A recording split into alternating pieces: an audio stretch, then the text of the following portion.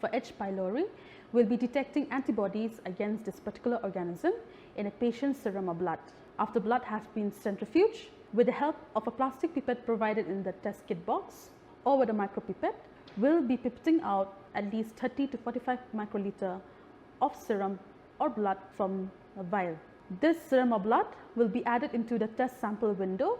Immediately after, 1 drop of buffer solution will be added. Test result will be read within 15 minutes. Result interpretation. For valid test, 1 colored line should appear at the control region C. If there's no colored line appearance, then the test result is invalid and test needs to be repeated once again using a different test kit reagent from the same box or a different box using the same sample. For negative tests, only 1 line will appear, that is at the control region C.